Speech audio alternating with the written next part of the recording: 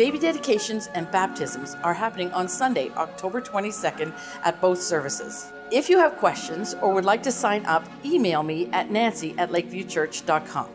Parent Q is one of the tools that we're using at Lakeview Kids to help work together to build a foundation of faith for our kids. So you can use this tool in the morning when you wake your kids up, you can use it in the evening when you tuck them in for bed, and you can use it during the day when you're driving your kids around to different activities. There are ways to talk about faith and life. You can pick this card up when you pick your kids up in front of the classrooms, and you can also download this app on your device, and it'll give you a sense of the stories we've been telling, the lessons we've been teaching.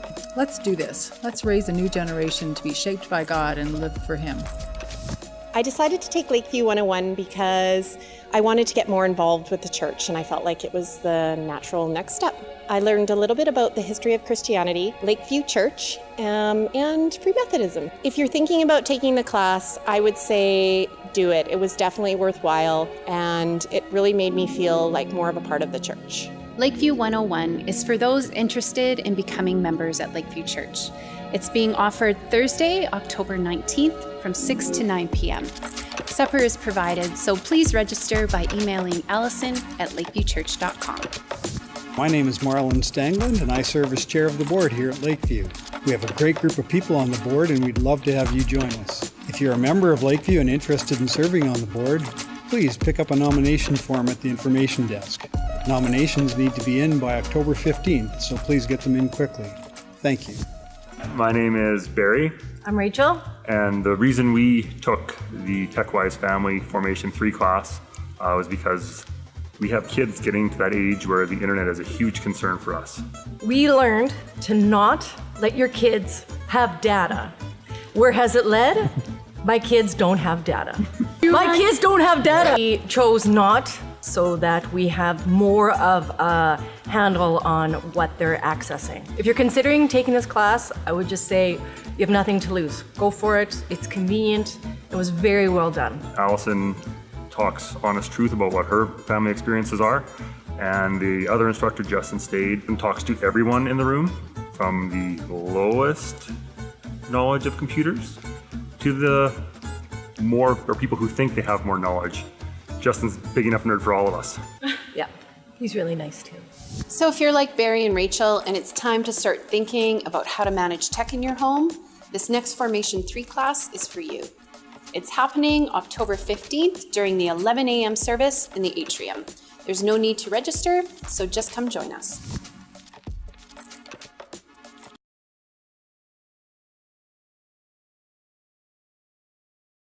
So if you were around last week, you know that we kicked off a brand new series on the book of Job. And we started the series last week by saying that the kind of book Job is a particular kind of book that you got to pick it up by the right handle, meaning the book of Job isn't a prescriptive book, it's a descriptive book. It's not prescriptive because you're not going to look at it and say, well, now suffering, here are the 5 easy steps to overcome suffering. It's not going to say that. No, Job is more the kind of book saying, oh, you're suffering? Oh, pay attention to what you're feeling, pay attention to what you're thinking about, paying attention to what you're saying, and maybe discern a way forward from here. And from there, we unpacked it a little bit further. We talked about how God interacts with His people. And it's never in the form of a contract where you better do your side or God's going to let go. No, when God talks about His relationship with His people, He talks about it in terms of covenant. And we sort of exemplified covenant like this. God grabs you by the wrist, you grab God by the wrist. And if you lose your strength or energy, if you are broken, you cannot hold on any longer. Even if you let go, God continues to hang on to you. From there, we pushed it a little bit deeper, and we talked a bit about how sometimes blessings can be wrapped in curses, but not in a fake, cheap, silver lining kind of way, or just a blessing in disguise kind of way. But we noticed that in the book of Job, in the opening chapters, the word blessing and the word curse are actually interchangeable. They're the same term. So it leads us to believe that maybe even in the middle of whatever mess we find ourselves in, God is already there. He's waiting to heal, to look after you, to be present in solidarity with whatever you're walking through. And last but not least, we talked a little bit about what to do sometimes when you're actually with somebody who is suffering. Maybe the best idea isn't always to rush in with answers or solutions, but sometimes it's just okay just to be there and just to be quiet and just to listen. And hopefully that's giving you a shape here of where this series is headed and how it connects to where you find yourself today. And as always, you may have the same questions. Is Job a real person? Is it a story that actually happened? Well, the story of Job is true whether it happened or not, because it's the human story. It's our story. We find ourselves between the lines of these pages. So this morning I want to continue on from there and talk a little bit about what it means for you and I when we have that feeling where we just want to escape pain. We want to bury it. We want to get out. We want no part of any sort of trouble in our lives. We want to talk a little bit about what it means to hear God's voice and to even speak on his behalf. And then we'll finish off with talking about what it means or how we can actually talk back to God, sort of like a teenager talks back to their parents. Not that I've ever experienced that ever before or this morning, but there's a way to do it. Just a heads up too, I'm going to lay it on thick again this morning. I don't know whose idea it was to cram Job into like 5 weeks, especially through a Thanksgiving Sunday, but whoever that person is, they probably deserve a raise. So buckle up, stay focused. We're going to go in for a deep dive this morning. We're looking at chapters 3 to 7. I'm not going to read all of that, but just sort of hit it along the way. So stick with the tour, folks. Here we go. Then Job broke the silence. He spoke up and he cursed his fate. Obliterate the day I was born. Blank out the night I was conceived. Let it be a black hole in space. May God above forget it ever happened. Erase it from the books. May the day of my birth be buried in deep darkness, shrouded by the fog and swallowed by the night. On the night of my conception, the devil take it, rip the date off the calendar, delete it from the almanac. Oh, turn that night into pure nothingness. No sounds of pleasure from that night ever. May those who are good at cursing curse that day. Why does God bother giving light to the miserable? Why bother keeping bitter people alive? Those who want in the worst way to die and can't, who can't imagine anything better than death, who count the day of their death and burial the happiest day of their life. What's the point of life when it doesn't make sense, when God blocks all the roads to meaning? What we see here this morning is that Job is starting to crack. Just a couple of chapters ago, remember how strong he was? When his wife says, curse God and die. But no, he stands up for God's rights. And then he prays this prayer aloud. God gives, God takes away, ever God's name be blessed. But now, just a chapter or two later, he's no longer fighting for God's rights. He's fighting for his own rights.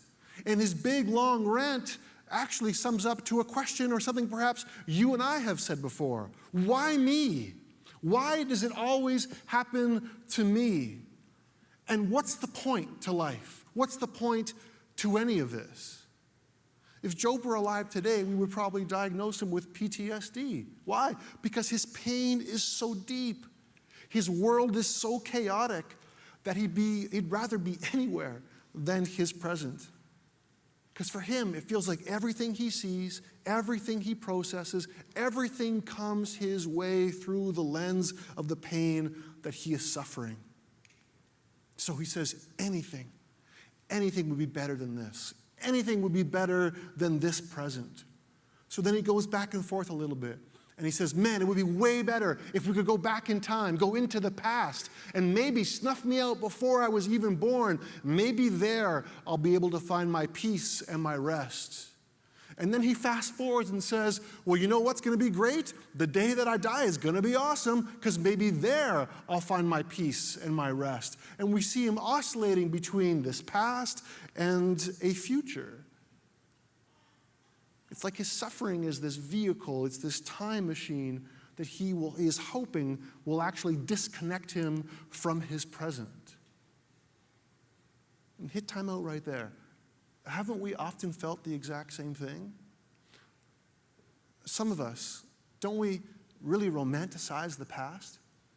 Where we back things up and say, do you remember how good it was? how good I used to have it, how good it used to be. Oh, if we could only get back to that time, then life would be great. It would be amazing. I would have peace. I would have rest, a life fulfilled. Some of us are like that. And some of us play the other card.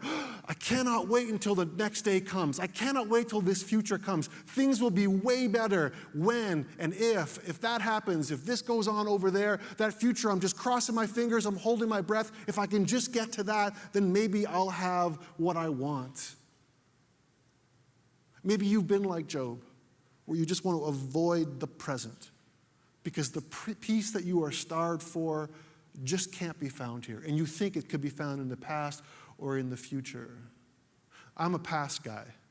I romanticize the past all the time. Things were always greater. Things were always better. And usually my thoughts are drawn that way. I've got a friend who's always a future person, where he just wants to get rid of everything, not remember his past, because something's going to be much better in the future.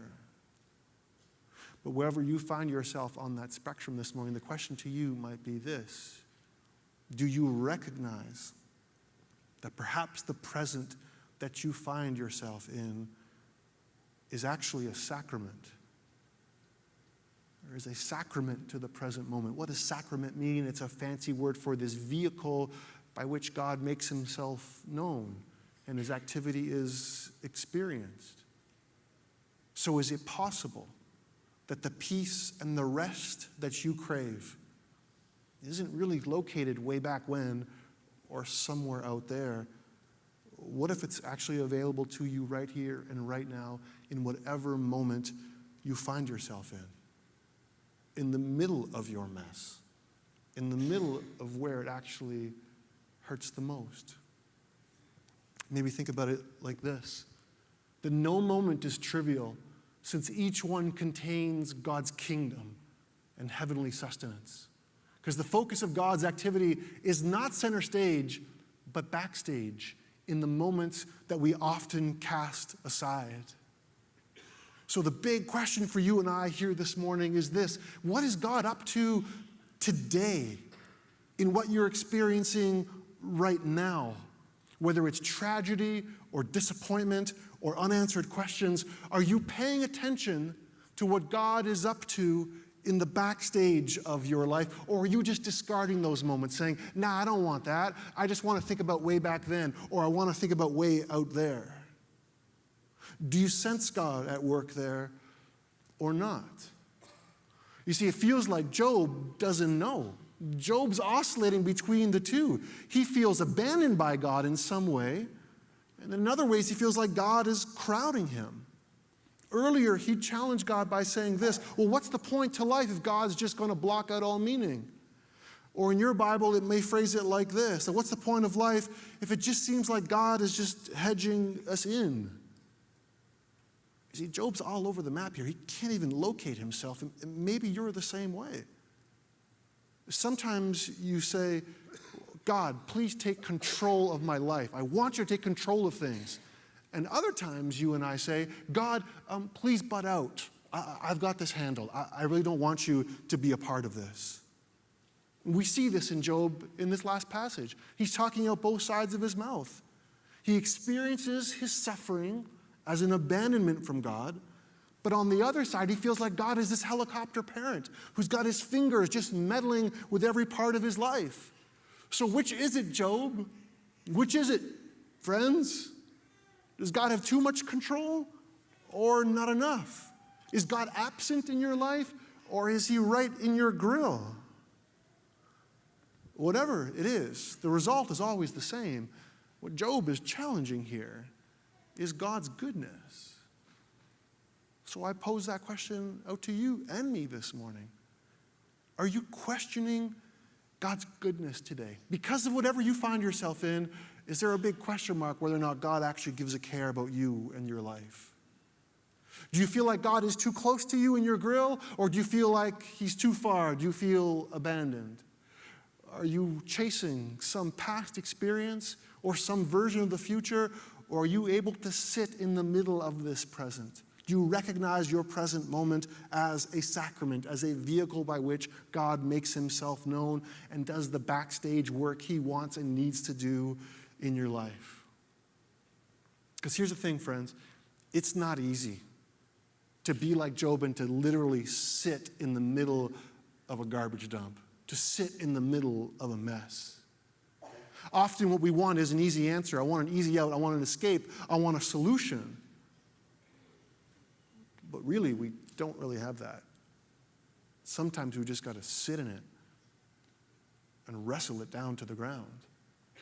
Even when others come our way offering easy answers, some sort of quick fix-it or 3 or 4 steps to a solution, and you know what those people are like and you know what they sound like. They've got these cute answers that are perfectly packaged and wrapped, and they can explain away all of your troubles. Have you ever had someone like that talk to you? Sure you have. Job has too. This is how it turned out for him. When Eliphaz from Teman spoke up, hey, would you mind if I said something to you? Like, under the circumstances, it is hard to keep quiet. Come on, you yourself have done this plenty of times, spoken words that clarify, encourage those who are about to quit. Your words have put stumbling people on their feet and put fresh hope in people about to collapse. But now, you're the one in trouble, you're hurting, you've been hit hard, and you're reeling from the blow. But shouldn't your devout life give you confidence now? Shouldn't your exemplary life give you hope? Think, has a truly innocent person ever ended up on the scrap heap? Do genuinely upright people ever lose out in the end? It's my observation that those who plow evil and sow trouble reap evil and trouble. One breath from God and they fall apart. One blast of his anger and there's nothing left of them.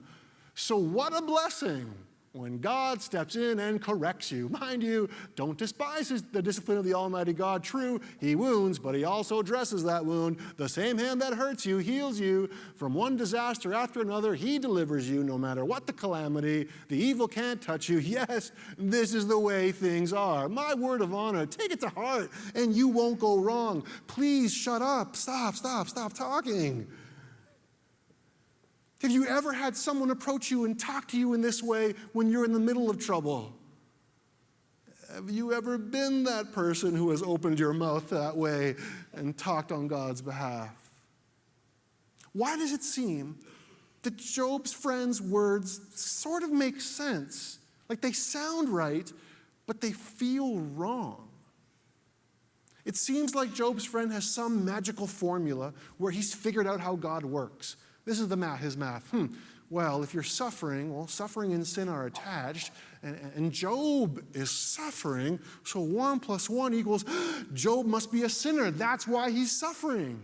Or if you do good, God will be good to you. If you do bad, God will be bad to you. Well, who does that sound like? Does that sound like God? Or does that sound like the challenger, the accuser, the Satan from chapter 2 or 3? And then Job's friend has the gall just to wrap it up really tightly and say, you know what, you've got no business to question God, and don't worry, old chum, as he pats him on the back, everything's going to be just fine. So it seems like this speech is actually making things worse. I want to grab Job's friends by their shoulders and shake them and say, read the room, man. Come on. Are you paying attention to what's going on here?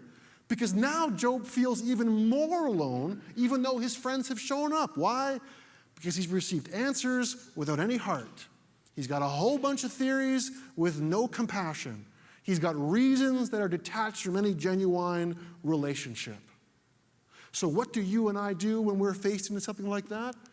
Well, maybe this. Remember that the book of Job, to be a believer, means sharing human suffering, especially that of the most destitute, enduring a spiritual struggle, and finally accepting the fact that God cannot be pigeonholed in human categories.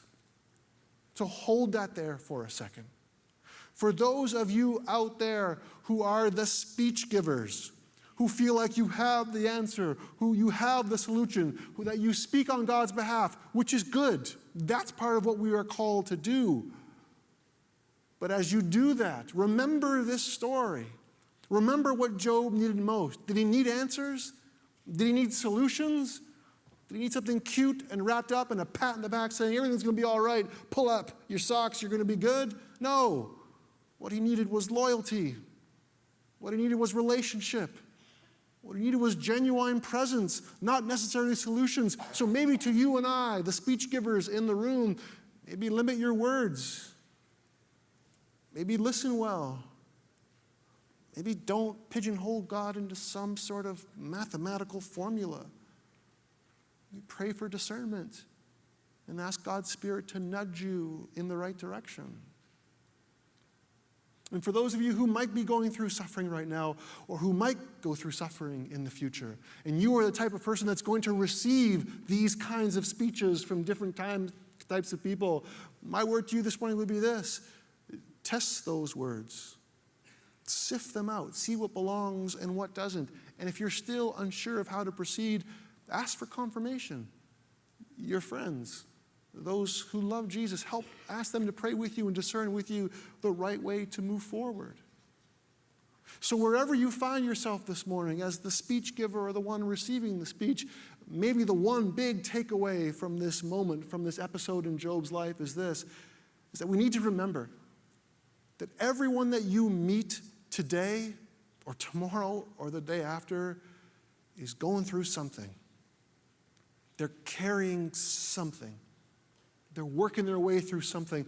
And God, whether they know it or not, is doing some backstage work in their hearts. So then to you and I, let's be gentle. Let's be kind. Let's measure our words. And if you're ever in a place with somebody else where something is going on in their lives and you just don't have an answer for it, and you have no idea where God is in this situation, a couple of encouragements from Scripture that might be helpful. The prophet Isaiah says, "For my thoughts are not your thoughts, neither are your ways my ways, declares the Lord." And the Apostle Paul says, "We don't yet see things clearly. We're squinting in a fog, peering through a mist, but it won't be long before the weather clears and the sun shines bright. We'll see it all then. See it all as clearly as God sees us, knowing Him directly just as He knows us."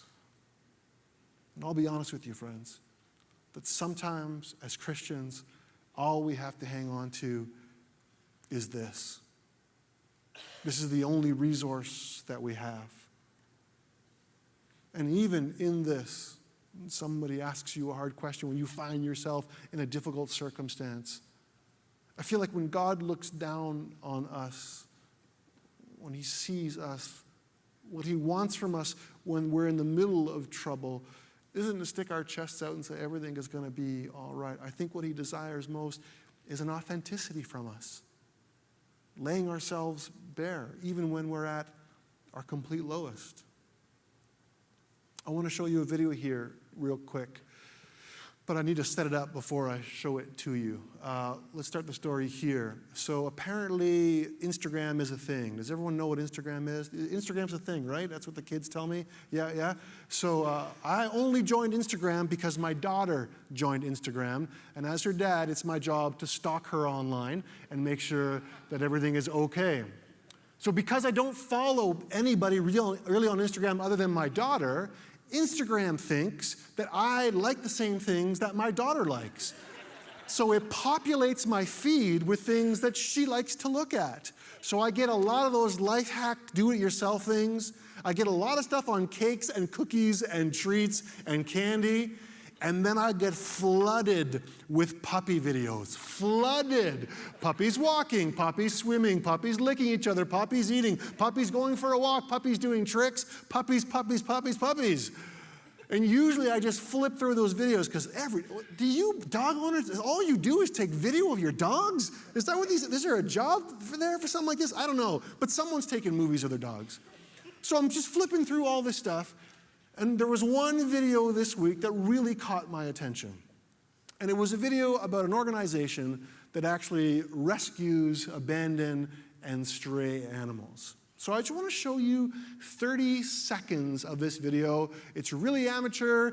They've got some titles and words that they've put up there. I didn't put them up there. But I want you to get a sense of something here. I want you to feel something. And there's nothing graphic in this video, but a little bit of a warning. It's going to push some buttons on your insides. So let's just watch this for 30 seconds because it's the perfect setup for the last piece that we're going to read here this morning. Check it out.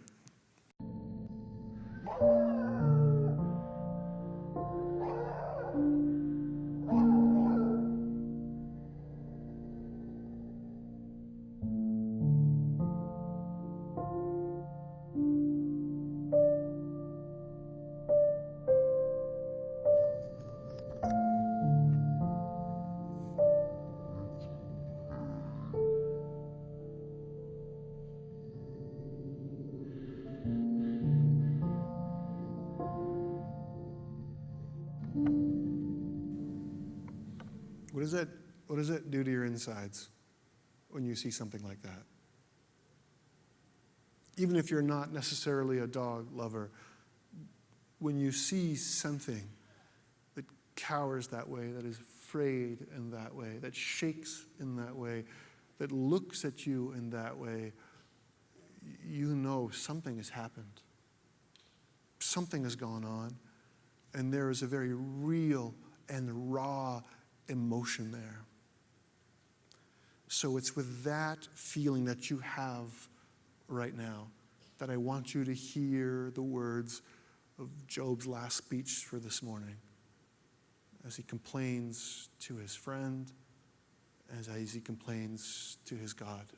It goes like this: that if my misery could be weighed, if you could pile the whole bitter load on the scales, it would be heavier than all the sands of the sea. Is it any wonder that I'm screaming like a caged dog? When desperate people give up on God Almighty, their friends at least should stick with them. But my brothers are fickle as a gulch in the desert. One day they're gushing with water from melting ice and snow, cascading out of the mountains, but by midsummer they're dry, gullies baked dry in the sun. And if I say, I'm going to bed, and then I'll feel better, a little nap will lift my spirits. You, God, you come and so scare me with nightmares and frighten me with ghosts that I'd rather strangle in the bedsheets than face this kind of life any longer. I hate this life. Who needs any more of this? Let me alone. There's nothing to my life. It's nothing but smoke. And even suppose I'd sinned, how would that hurt you? You're responsible for every human being. Don't you have better things to do than to pick on me? Why make a federal case out of me? Why don't you just forgive my sins and start me off with a clean slate? The way things are going, I'll soon be dead. And you'll look high and low, but I won't be around. So as we read this last rant, this last word, this last prayer from Job, he comes off as abandoned. He comes off as an abused animal as he responds to his friends and to God. The tone is sarcastic and it is bitter, it is biting. And if I didn't know Job's story and I saw him cowering in a corner, I might look at him like you maybe looked at that dog. Well, what happened to you, Job? Hey, what's going on? Why are you rearing your teeth like that? Why are you shaking? Why are you so scared? Why are you angry? Why don't you want to be touched?